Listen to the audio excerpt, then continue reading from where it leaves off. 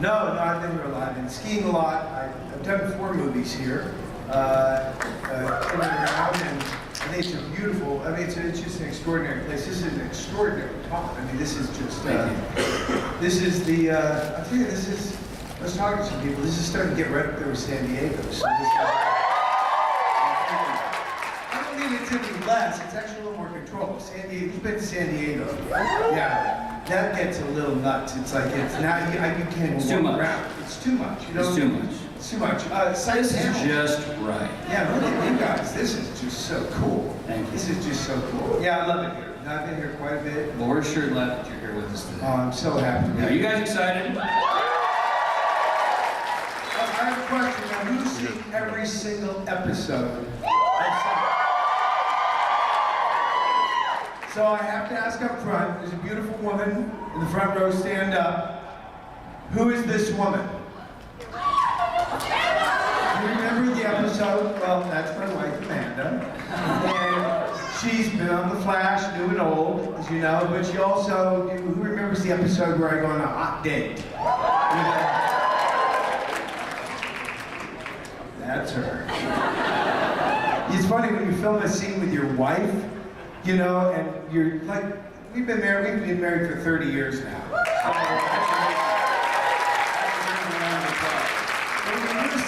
With your wife that you're meant to be like coming on to like it's the first time, it's a little bit like, okay, let's just do this, let's get it over with. But there she was, and all of a sudden she took off her shirt or sweater or whatever you took off. I was like, whoa.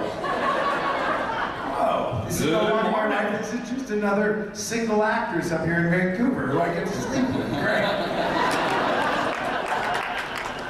No, I love her. It's just the first time she's really been coming with me to one of these conferences. It's great. She's also signing stuff out there for the Flash. She actually brought a few photos for any Flash fans come by visit. No, she says that's enough. She hates it. Okay. Yes, enough about you. Let's talk about me. My wife's the same way. She's a very talented artist, but I talk too much about her and people just get sick. Mostly her, she's like, just stop. I'm not that good. I'm like, come on. In case you didn't believe I was actually bald. So, anybody out there have questions? Please line up single file at the microphones and we'll take questions one at a time. And I'll try to keep my answers brief so I don't get through. I have a tendency to take one question and do the entire full hour of it. So whoever asks the first question, make sure it's good. Yeah. All right, sir. Batman. All right, I apologize. I'm probably going to date both of us, but first, I had a big crush on your wife on the original Flash. Sit down. You've done a lot of stuff. LA Law, Major League, and of course Psych and stuff. What is some of your favorite genre as acting to do? Do you like comedy, drama? Which one's your personal favorite? Well, that's deep. My shrink asked me the same question. Thanks for the question. Yes. Well, there was a thing in LA Law that sort of set a tone for me. It's in the scripts I write, the things I like to do, and it really gets into Psych, especially my part of Psych. I like human drama, but not heavy drama that has comedy to it, such as life, you know? I like it when it can be in one moment. LA Law, the hallmark of LA Law was you could have a very serious case, and then Stephen Bochco, the wonderful creator of Hill Street Blues, LA Law, NYPD Blue, had this everything. He had this incredible knack for like turning it on a dime, such as life will do. You know, you're having a beautiful day. You found out the other day a friend had a terrible accident. You know, you're having a terrible day, and all of a sudden something extraordinarily funny happens, and that's really what life is, at least in my opinion, or in my view. And so I don't like. I'll tell you very quickly the story, very quickly. See, this is the problem. Everything's got a story to it. It's all good. So, you know, her being completely grossed out by the fact that I was with 4 Playboy bunnies that were not with me. I would happen to be with them-ish. It's not like I set up better in a way. What? They're not with you, but you're with them. Well, I got invited along for the ride. I didn't organize this evening. You're like, anything we bring with us. How about Corbin? Right? That's good. That's good, right? So I told her, on the next day I was on an airplane and I saw it. It's essentially like giving me the telephone number in an airport hotel, you know, a terminal. It's as useless a dressing room phone number. And a couple of months later, she was doing what turned out to be the last episode of Max Headroom, right across from where we do LA Law. I went and found out that she was there. We started dating, and the rest is in our new book called Open House. Yes, Amanda wrote a beautiful book about interior decoration and our family and our life of reinventing homes. So that's also out. Somebody actually came by today with a book to sign, which was amazing, just as she arrived. It was really weird. So go out and get the book, for sure. Well, you don't have to go get anything. I'm just letting you know. It's there. Sir. Hi, thanks for being here. I just want to say every episode of Psych, at some point my wife says, Sean's dad is such a jerk. So that's good on your part, good acting. I wanted to say my first memory of you was when you hosted SNL, like a long time ago. And there was a sketch where you were this really vain, conceited guy that had pictures of himself. And one of the things included was a prop of house shoes with little Corbin Bernsen. I have them. That's what I was going to ask. Because that's not a one-use prop. Well, my wife will argue with me. I don't collect a ton of stuff from different things. I do happen to have those because they were so funny. And the wonderful late Jan Hooks, who was in that sketch with me, we had such a good time doing it. I mean, that's the weirdest thing is to host Saturday Night Live. That is, bar none, the scariest thing you could possibly do. But that sketch was so funny, and it was so, I don't know what they must have thought I was a vain guy or something, because everything seemed to be based around that. But I kept those slippers. I actually have them. Cool, thanks. I will actually, what's that thing I do? Instagram it. Amanda's trying to get me hit. What is your Instagram handle? I think it's Corbin Bernsen. Oh, no, because I couldn't get Corbin Bernsen, oddly enough. It's C-D, like Dean, my middle name, Bernsen. So Charlie Delta Bernsen. Charlie Sheen, don't ask me. Bernsen, yeah. Bernsen. Yeah. Yes. So one of my first introductions to you as an actor was in Major League, which is a couple of movies that I really love. My family's huge baseball fans. But I love that you played a third baseman that couldn't field the ball. Right. So my question to you is, did you have to prepare to be that bad? Well, was that just really good acting? Well, funny enough, I think look, no matter what, Dorn is a better ball player than I am. But I was a pretty good baseball player. In fact, David Ward, I was doing another movie at the time, and I guess they fired the guy who was playing Dorn. And they heard him, I played baseball, I was an actor who played baseball. And they called me up and I said yes. Everybody else tried out. Charlie, Tom, they all worked with David Ward, the director, and all the other guys, Dennis Haysbert, Wesley Snipes, showed that they could throw a ball and not do this stuff. Because the movie had to look pretty real. Third base is pretty hard, so I guarantee you guys I can't try out for you. I can't come and show you, but I promise you I can do it. But Dorn, right, he couldn't field it. He didn't want to get his face hurt. So, I had to get away from the ball. I actually had a radio disc jockey once say that of all the sports movies, not just baseball movies, I was the least convincing athlete of anybody he's ever seen. And I took up a challenge with him. He's from Philadelphia. I wish I had his name so we could just email him, everybody, do something. Tag him, hashtag him, idiot, whatever you want to do. I said, on the radio, I said, I'm not supposed to play well. That's the scene. I mean, I'm not. He said, but I don't think you can. And we challenged each other to I said I could stand on the warning track in Washington, because I think he was in Washington, Maryland, somewhere. Or Philadelphia, I take it back. And I said, I'll stand on the warning track and I will throw a line drive to second base. And whoever throws it better, has to apologize to the other. He never took me up on it. I was a good baseball player. It was weird to not play well. Yeah. Yes. Hi. Sorry, I'm a little short. So my question is, we've loved you all your whole career. We've just had this big. We just love you. So, you should just stop right there. I know. Thank you very much. And it's over. But you're doing a lot more kind of Christian and family-based Yes. now, which we're so excited about. So can you just kind of tell us what kind of brought you in that direction? Yeah, I wrote a movie about 10 years ago called Rust. I just happened to write a movie about a pastor who, I wanted to do a story. At that point, I'm 63 now, and I wanted to do a story about a guy who was in a midlife crisis, but I didn't want to do the Red 4. I didn't want to do the Arnie Becker, Roger Dorn. I didn't want to do the character that I'm playing story. I wanted to find another way to tell a story of somebody who's at a point in their life, and as I was, about questioning, have I done all the right things? Have I done, have I done what I wanted to do? All the things that go into a midlife crisis. And because I saw a lot of friends getting divorced, and we were so happily married, it was a study I wanted to investigate. So I came across this idea of, wouldn't it be interesting, a guy who was a pastor, preacher, who was married to God his whole life, basically spent his whole life, forgot about everything else, and devoted himself to God and to Christ.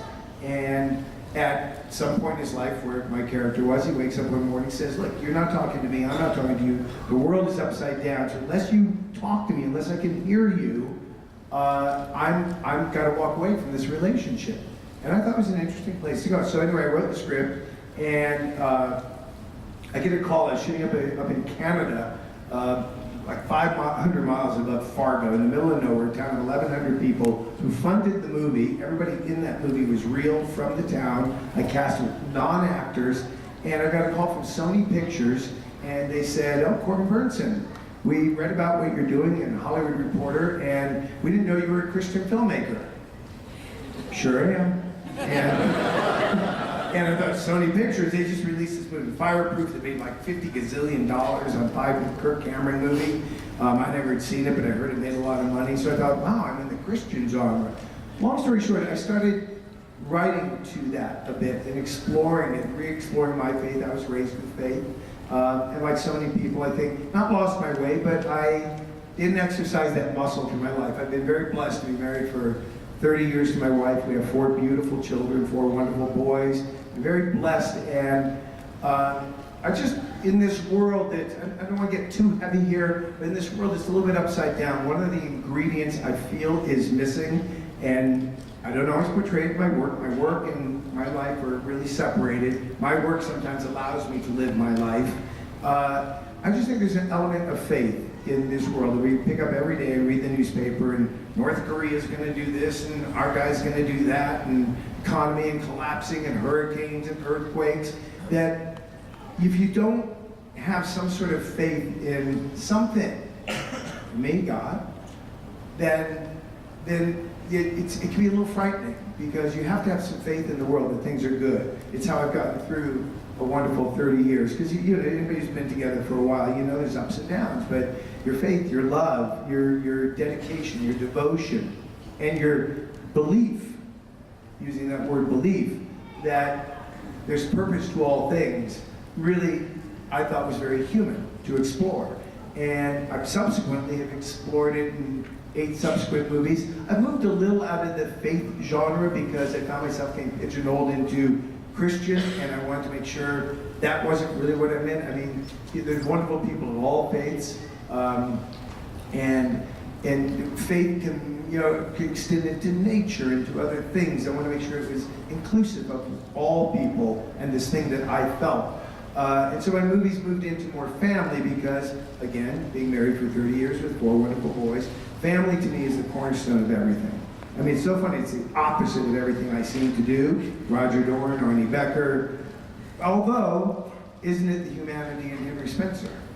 He is about family. That's what was attractive to me about that role. And when I made a joke when I first came out here, I don't get to do all the pithy stuff like James and Goulet do. I'm sort of Ringo in the band, I just go, oh, yes, 1, 2, 3, 4, I just go, this is great, this is great, keep the beat, baby, all right. You guys go on and sing your life out, I'm gonna beat the beat. So that's who I am, and that's what I do. I'm gonna be honest with you, you're sitting here, I'm so happy to see all of you here. There's all these lines beside me, people, thousands of people, and if anybody visiting, people come and go, you're in the green shirt there, you've been in my line. You saw she came up and go, why isn't anybody in your line? And, I just steadily, people have come up and said hello, hello, and I've operated my life on that. I try to get caught in the ego of the bigger and the more, and try to stay in that moment. And that all is to me where family and faith comes in. And sorry for the long answer, but this is my wife. You should see what she says when do you want for dinner?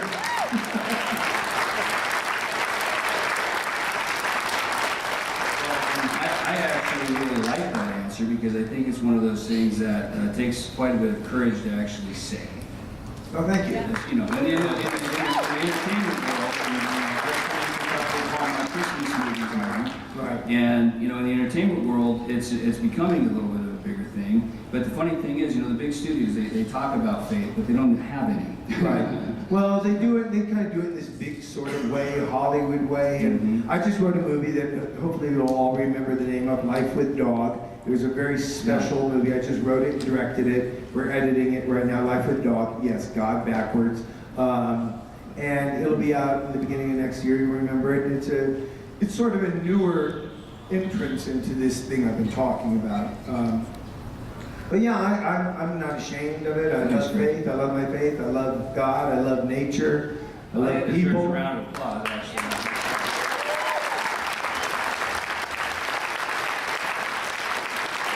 And I love making the slasher movies, so go figure.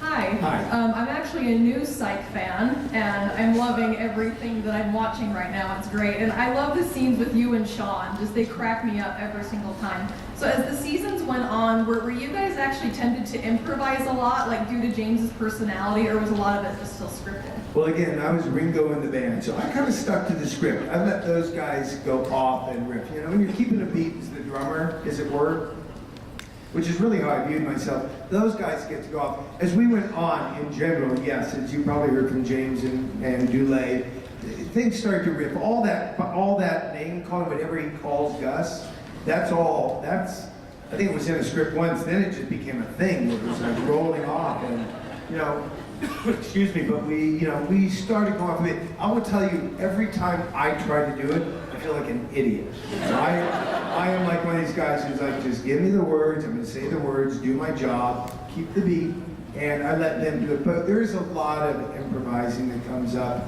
The movie, which is just, look, I'm not saying it because you're not gonna watch it, you're gonna watch it anyway. It's super cool. First of all, it's 2 hours. It looks incredible. It looks, you know, I keep saying it should be a movie theater, and that's not ego, but it just looks really good. And the story's so cool, and the way it moves, and there's a look to it. I would say everybody, because you get all these great people back, and again, I would tell you who's in it, but I'm afraid because they go, you can say him, you can't say him, you can say him. I know Zach Levi. By the way, there's about 8 people here who somebody should get a really cool autograph thing together of 8, I think there's 8 of us here who've been in Psych episodes. You know, Zach is there, was in Back to the Future, yeah, right, and Val, who's in Val, I mean, you know, there's quite a few. Who's already on that quest? Is there somebody out here that's already questing for that? Anybody? No? Okay, who's gonna go do it after this? It might be a little late now, but you know what's so cool is that you're at this sort of pop convention here, and there's 6, 7 people, 8 maybe, that have been on Psych. You know, so Psych is kind of ground zero of everything in the world that's happening. All right. Yes, thank you. First of all, I would like to say thank you for remembering me. You're the first one who's done that. I think that's cool. You're really paying attention to who is visiting and who's talking. It's not hard when it's one at a time. No, but I do. Anybody's come up, I don't know, I talk to people. I like to meet you. I mean, you know, this is fun for you. It's fun for me because I get to meet people. I get to, you know, we sit on the other side of the camera, we do our thing, and some people just sign their autograph or we do whatever they do. I love people. You know, I love you guys. I want to know who you are. That's what fulfills me. You know, you get my autograph might mean something to you. You're talking to me means something to me. So, yes.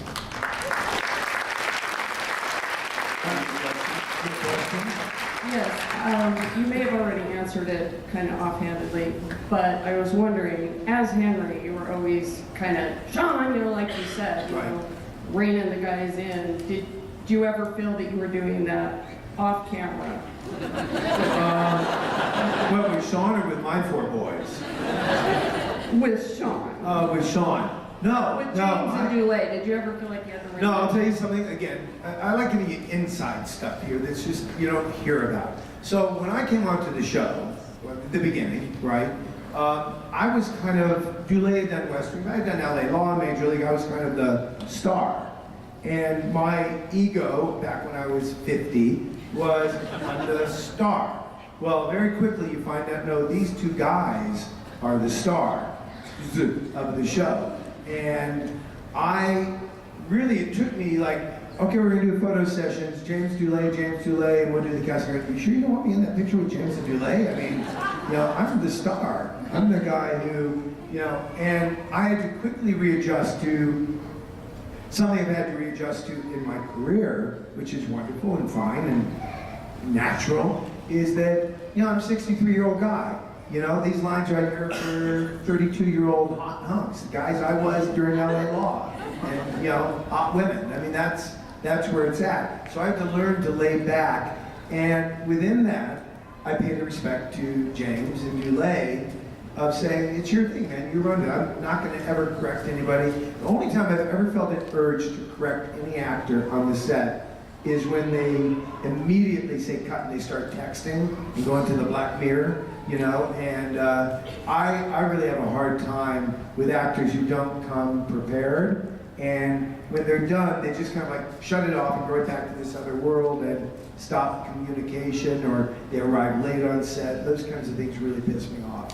And that's where I'll call somebody out. If they're not acting like a professional actor, but James and Dulé are nothing but professional. And everybody in that cast was. And I've been very blessed both with LA Law and with Psych to really be involved in 2 shows, 16 years worth of 2 shows, where as big as we were in our own places, LA Law was massive, you know, that we didn't have people with huge, terrible, out of control egos. We had people who were very happy to work together and always prided themselves on calling themselves an ensemble. So, no, it's not me to call them out. You have somebody, like I said, somebody that's out of line, and I can't get home to my family, and the grips and the electrics and the camera people can't. That's all they care, but they don't give a rat's butt that you're a superstar. They want to get home on time, have dinner with their family, see their kids, get some good night, and get up the next morning and come to work. And they don't care about your prissy little, I don't like it like that, you know. My burrito doesn't have enough hot sauce. Oh, that never happens. Come on, Corbin. Oh, you'd be surprised. I'm just kidding. Yes. Do you have any funny behind-the-scenes stories from Psych? Any what? Funny behind-the-scenes stories? Yeah. Funny behind-the-scenes stories from Psych. That you can share in a family-friendly Well, yes. And no. Now that you put that in my ear. Just I will tell you this, and I think it's kind of funny. And it's past. And I don't think I can get in trouble for it anymore. I'm just kidding. You share whatever you want to share. Okay. Here we go. So when we did the first pilot episode of Psych, gosh, this is gonna be, I don't care. It's okay. Can you guys handle a story? Anyway, so we did the first episode of Psych. They flew me up for a wardrobe test, which is, you know, they're shooting the pilot. I didn't work for like a week. And pilot's that first thing we do, see if the show gets picked up and then becomes a series. So they're starting to work already. They fly me up to basically try on Henry's clothes, which is like what? A pair of jeans and a Hawaiian shirt. It's like, you don't have to spend $5,000 to fly me to Vancouver to put on a pair of jeans and a Hawaiian shirt or a t-shirt, which basically I said, use the stuff I like to wear, there it is, it fits, don't worry. You know, Henry was not, you know. But you remember that networks have no imagination. No, so so yeah, they have to fly see me it. up there too. They have to see what I'm doing. So we're shooting a scene in what was the original police station of the pilot, which is different from the actual series. And So I walk down this thing, I say, there's my jeans, they have the camera rolling that they're shooting the scene with, there are my jeans, that's my shirt, thank you very much, and all the crew is back there. As I walk away, I slowly unbutton my pants, and I moon with my underwear on, I moon the camera. And I thought it said, here I am, get to know me, you know? And immediately found out you're not the funny guy, let them be the funny guy. And little did I know that little piece of film had to be approved by everybody at NBC Universal USA. So my mooning made the intranet of this major corporation to the point where I got a call by their lawyers and said, you can't do that. So you basically mooned the entire network. I mooned the network. Yes, I mooned the network. And who among us hasn't wanted to do that from time to time? With my underwear on, that's what With we my took place. underwear on. I didn't moon, I guess I avalanched. What? Oh, she says the underwear did come down. No, maybe a little. So it was more of a quarter moon. Was it waxing or weaning? That's it. Yes. And it was a full solar eclipse, so. It was dark. Go ahead. I was wondering if there was any challenges kind of playing a dad and more of a rebellious son, but still kind of like progressing through the seasons to have a better relationship. Well, that's a good question. Great, nice question. If I'm interpreting it right, yeah, there is a challenge because, but I was able to draw on my own sons, you know, who are about, my oldest son Oliver's 28 now, and so not far off where Sean would have been at the time. One thing I always had to discover is I love my kid. I love my kid passionately. I'm sorry what happened with him and his mother, Sybil Shepherd, you know, and he's my son. And I want him to be the best he can be. What we learned through the seasons is he's as good a cop as me, even though he's doing it with his fake stuff. So I couldn't, after I learned that he got really good at that, I can't call him out on that. And so it became harder to just lay the ground rules because at the end of the day, he solved more cases than I did. You know, he did well. He didn't really break any laws, you know, hardcore laws. So, you know, where do you draw the line? That became harder as Sean became more proving that he is a good cop. And that's really all I wanted for him. And I, you know, like any dad, I want him to be happy. If anything, and it's funny, we never got into too much of this about his relationship with Jules. You know, I think that's where Henry didn't have the ability to talk about because he couldn't make his own relationship work with his wife, you know, with Sybil Shepherd's character. So it did become harder to discipline him. And I think there's one of my favorite scenes, which might be somebody else's question, was there's a point, and I can't remember if it's right before I go get shot, my JR moment, you know, who shot Henry, at the end of whatever season that is, 5 or something. Spoiler alert. Well, no, it's, it's 3 years ago. But I feel like I hand Sean a couple of things. They're saying it's you now. You know, I sort of passed the baton, and I say I respect you. And then of course I go on to get shot, and we have those wonderful scenes where Sean's really upset by that. And those are, again, being Ringo in the band, those are some of my favorite moments that I got to be in. Those scenes with Sean where you realize how much he means to me, how much I mean to him, and passing the baton. Because that's really, and by that time, by the way, they could have shot me and killed the character. Not very funny, but they could have, because Henry's role was done. And if you look at the last few seasons, I'm there, thank goodness I was there. I love to make it right through to the end. But Henry became less important because we got rid of the flashbacks. You know, when you see young Sean, where he learned the lessons, you know. And I always loved those because I thought, well, that's me getting to teach him. I hated the wig, by the way. Behind the scenes story, hated that wig. Hated the wig. I don't like how I look with hair. You know, I don't like it. And certainly not those wigs, ever. But by the end of it, I think, you know, it did become more difficult to teach Sean, as my son, lessons. Great. It's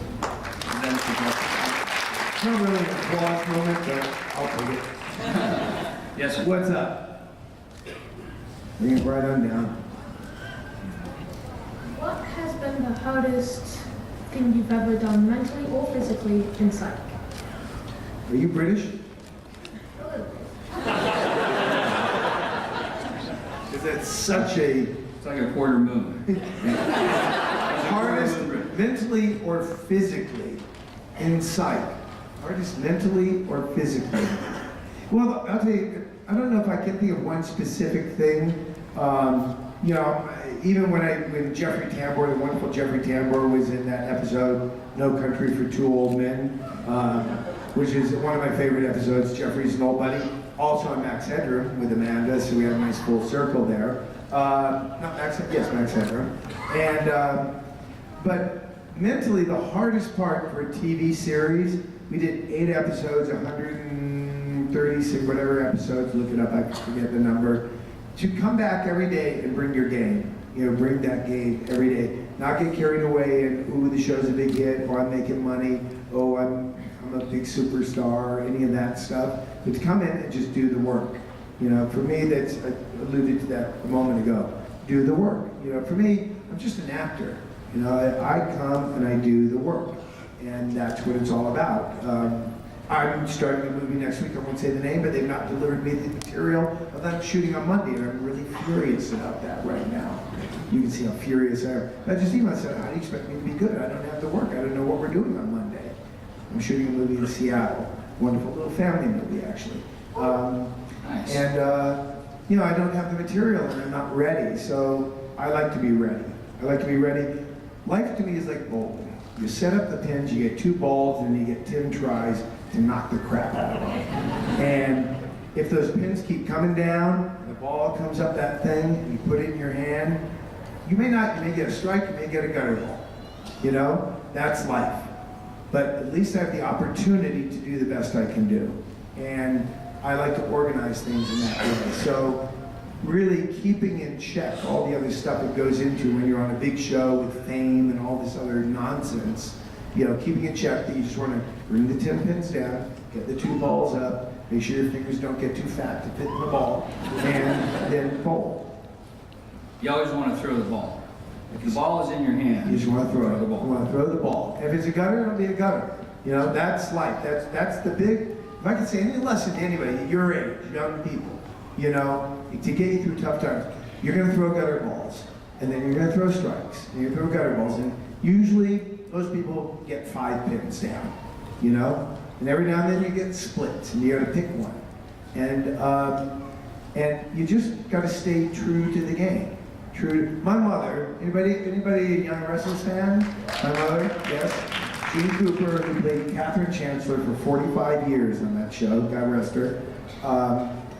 When I decided to be an actor, when I was 19, I was studying law, oddly enough. And I said, no, I want to be in the family business. My father was an agent and a producer. My mother was an actress. And I said, I think I want to be an actor. You know, I was lightning struck. I want to act. This is what I want to do. And she said, as long as you study and learn to appreciate the craft, then you have my blessing. You can do whatever you want to do. But if you study and learn the craft, because that's the only thing that'll get you through the hills and valleys, the strikes and the gutter balls. And, you know, keep you in the game. Love what you do. And she taught me that lesson, and God rest her soul. Thank you for that. That was the best lesson I ever learned about what we do. Thank you. I'm sounding a lot like Henry right now. We've got time for maybe 1 or 2 more questions. All right. First of all, that bowling metaphor was perfect because his favorite game is bowling. Second of all, in your opinion, what is the funniest quote from all of the Psych series? Funniest quote. Well, in that they usually didn't come from me. Somebody did say something. Anybody here will know it, I'm sure. I don't quite remember it, but it does. I remember it at the time. It's not really funny, but it's so true to the moment. And I think Sean gets wrapped up in being a Spanish soap opera star. You know, and I said, I'm not your fan, and I don't even like dirt or something. Like some ridiculous thing. Who knows the quote? Anybody know that quote? No. So that's why you know it. Well, I just like saying to Sean, I'm not your fan. I'm not one of your fans. Right. But I don't really, those are always hard to me. I can't, there's 138 episodes. I'm 63 years old with, 4,000 television shows under my belt. Quotes come, I hardly remember the names of the characters. Cut the man some slack, people. Yeah. So people came and say, I loved you in the rowboat over Mississippi. I went, huh. What did I play again? And I don't want to say I wasn't in it because he's got it right there. It's like, oh, okay, I guess so. Yes. Since we're talking about James Roday, what was your favorite part in Psych with James Roday and Dole Hill? What was your favorite part with them in Psych, like on screen or behind the screen? Behind the scenes. The most fun part was honestly, and you've seen it, if anybody who's here saw James and Dule, if they did a little riffing, you just sort of get in the middle of it, and it's just fun to sit there. I didn't get to participate. Henry doesn't really jump into all that. Anytime I jumped into their little thing going, I just sound like an idiot. So I learned very quickly to sit back and just enjoy the show like everybody else. When they start ripping off names for Gus, and the way that would happen is something is scripted like, I don't know, I can't even think of one. But they come up with some name, then they start riffing off on them. And it's just funny, we just sit there and we all laugh. The crew laughs, everybody laughs, and they don't stop, And by the way, which is really rare, we got to do something on Psych that doesn't happen in TV today, because money and time are really important. And they were on Psych, but they allowed us to have some of that fun. Everybody says, it looks like it was so much fun. It was fun. A lot of series these days, and I go on them, guest stars on them, Criminal Intent, name it, I don't know which ones. And it's like, this is the way it is, lunch, and out by 6. And they don't tend to have the fun. We had fun on LA Law, but not these days. It's money and time. Thank you. Yes, your question. Just really quick. How's Timothy doing, and will he be in the Psych movie? I hear he's doing well. I haven't really, I just sent him an email right before I left because I'm shooting that movie in Seattle, and Tim's from Seattle. I said, I'm in your hometown, thinking of you. He says, hey buddy, good to hear from you. I just went through a couple of procedures. I'm doing better every day, thank you. That's all I haven't really dug in too far. I hear he's progressing. There is a thing for him to do in the movie. Whether it gets there or not is so far above my pay grade, I don't know. But I know he's built in, and we filmed things that would include him. So I'll leave it at that. I'm not sure what I'm even supposed to say, but everybody just pray for Tim. That was one of the biggest shocks in the world. Imagine 2 weeks before we start this movie, but he's I think he's doing better. His email sounds great. That's good. I have spoken to him, he sounded good. So it's just, I hope his spirits are up. He's 48 years old to be hit with that. It's just, and he's an outdoorsman, He's just such a cool guy. And I feel for his family, for his wife, and his daughters. And just always keep him in your prayers. He'll be good though. He's going to be there. Great, thank you. Out of all the shirts that you wore during Psych, what was your favorite one? You remember them all, man. Well, you remember your favorite. Well, there was an episode where I'm in like a beauty spa wearing a robe, as I recall. It felt very comfortable. Okay, this is sort of vain to answer your question and be more direct. There's a really nice kind of powder blue Tommy Bahama shirt that made my eyes look good. Even if I was really tired. And I held on to that shirt. Those are Tommy Bahama shirts, by the way. Yeah. Nice. Tommy Bahama shirts, double RL t-shirts, and double RL jeans. In case anyone is looking. New Balance shoes. That was and Healy Hansen hats, and this is similar to one, but not it. Yes, miss. Okay, I met you yesterday and Yes, you I did. sent my mom a picture and she was totally fangirling, so I thought it was hilarious because she's 63. Your mom is 63. Yeah. I know. Sorry. We'll get through it together. Yeah. 63, isn't that weird? I turned 63 2 weeks ago. Weird, it's just a very strange concept. But I feel pretty good, so. And my wife gets Well, you look good. Does he look good? My wife, that's all my wife. It's all in our book, Open House. Reinventing space for simple living. We're all about simple living. But my question is, like being involved in Hollywood and being involved in all these big shows, I'm sure there's a lot of pressure for things that can be unsavory. So what's the hardest thing, and how do you keep yourself grounded when you're surrounded by that kind of environment all day? Well, to bring it back, and not that because she's here, I'd say the same thing. I have my wife and my family, which brings me back to reality with all things. You know, you get to go there, I get to sign autographs, and I go, oh, I'm a big star, man, look at this, I'm 20 bucks, and 20 bucks. Yeah, it's like, it's all I can get to your head, and you screw it. My wife, my family bring me back to it, and I made a vow when I married Amanda. I said, I will always, I made a vow to myself. We did our exchange our vows. I said to myself, as tempted as I may be for anything in this world, because certainly I'm going to be surrounded by it, I said, God, I spoke to God, I said, God, if you let this marriage work, if you'll have this marriage to work, I will not dishonor this relationship. And I really did that. I made that choice. Look, she teaches me that, you know, as we go, there's food and there's things, it's like, Amanda's got a great thing, it's always going to be there tomorrow, you know? And so it's just choices that you make. And you know what it is? It comes down to this. I know what I have to do to keep my life right, to keep myself healthy, to keep myself in love, to maintain my family. I know what I have to do. And my barometer is so clear that if I do that, the other thing, I'm going to throw it off balance. So once you have that kind of understanding of things, then you're just an idiot to destroy it. Because you have the knowledge. It's one thing to be sort of a drug addict or alcohol. You don't know why you're doing your drinking. It's like, I can't stop. I gotta have a drink. I gotta smoke a joint. I gotta do whatever I gotta do. And it's one thing to be out of control and know, but if you go, I know I feel better this way. I know my life works better this way, and you do that, then I don't want to think of myself as a dope, you know, and think of like, well, you knew it and you blew it. You know, I don't want that regret. I want to really lie down the day I die on my pillow and not have regrets. I don't want to have regrets. Thank you. Probably one more question.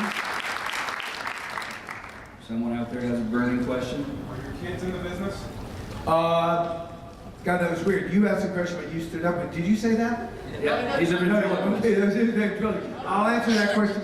Let me answer the question first. My kids, I have a very wonderful, my oldest son, Oliver, yes, he wants to direct. He's just written a wonderful screenplay. He's a fabulous artist. If you remember my last name, Bernsen, go to oliverbernsen.com. You can look at some of his weird but very wonderful art. You guys, especially in this world, will totally dig what he does. He's great, oliverbernsen.com. We have twins, Henry and Angus, who are 25. Angus lives in Los Angeles. He's our floater. He's our whatever it works. He's cool. And he works on movies, doing mostly art direction. He does all my movies, my faith-based movies. He does the art direction for me. Henry, his brother, is our guy in New York who is driven. He's going to discover the next biggest app or something. That's his world. And he only wants to make money. That's his thing. He's driven. He's not driven by. He's very cool. They're all very centered guys. And Finley, our youngest, is now at NYU, and because he had these, and all my sons are 6'4", 6'3", 6'3". Finley's sort of 6'1", the youngest, he's 19 at NYU. And because he grew up in the shadow of these other brothers, you know, he's been sort of very quiet, but he's a wonderful writer, and he's now at NYU in their film division to study writing and directing. So the answer would be yes. They are all involved in the business. And I'm very happy for it, you know? And since you were so quick to jump up, let's. Who was behind the pineapple? If it was you, did you bring the pineapple with you today? No, but I have a question for you, and I'll put it out there because I'd like to know. I think the pineapple this is the way stuff worked on site. I think a pineapple was there, Rodet saw it on the craft service table. I forget the story, you probably told it. And it just appeared there one day, and the next thing you know, it's like, pineapple, pineapple, pineapple. Like we sang happy birthday to one of our guest stars when they finished. Every guest star that was ever on the show, when they finished and wrapped their last scene, we sang happy birthday. And I mean, you probably read about that somewhere. That's how things would happen. I don't know where the pineapple appeared. I think James just walked into the psych offices one day, and he brought a pineapple, and the next thing you know, it was like, where's the pineapple in the episode? The logos became the pineapple, everything became the pineapple. So I have a question. I want to like bring something to these things that are other than just me and my pictures of me. I want to do like an inflatable pineapple that says psych, like the song. Now my question is, I can sign them flat because they're down. Should they be like 14? I went on Amazon looking for inflatable pineapples. So they have like 14-inch ones that are really ugly, or these like 6-foot ones. And I'm thinking like, should I bring like 6-foot inflatable pineapples to sign? Yeah. I don't know how the pineapple got there, but that's San Francisco, by the way. You'll see, that's the office. You've got to see this. Listen to the movie for 1 second. It's just killer. Wait, it's going to be such a Christmas present. Henry is totally reinvented. It's Henry 2.0. He's a little hipper. I'm in fact wearing, well, Here we go. these are his boots. These are his pants. That's our head. Yeah, I am Henry. I've slowly become Henry. And this shirt was given to us. It's San Francisco is the new offices, the psych offices in San Francisco, and it's just the coolest sets. I mean, big, huge movie sets. So awesome. Wait till you see the set. It's great. Well, unfortunately, we're out of time. Thank you guys for your questions. Thank you. Thank you for coming to Solid Thank you, everybody. If you could help us by leaving to the left side, again to the left side, that would really help us get the next panel in. Thank you very much. Enjoy your day at Comic-Con.